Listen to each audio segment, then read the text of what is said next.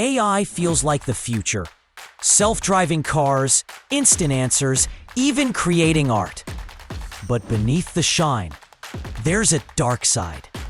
AI learns from human data. If the data is biased, the AI becomes biased. Imagine being denied a job or loan, not by a human, but by a flawed algorithm.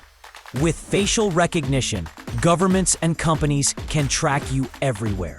Safety or surveillance? That's the scary trade-off. From drivers to designers, AI is cheaper and faster. Millions of jobs could vanish, and humans might struggle to keep up. AI in the wrong hands? Deepfakes, cyber attacks, even AI-powered weapons. Technology built to help us can be turned against us. The biggest fear isn't jobs or privacy, it's control.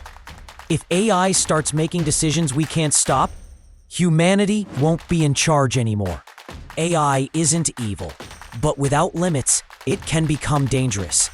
The real question is, will we control AI, or will AI control us? Subscribe to Lunatic Coder for more mind-opening stories.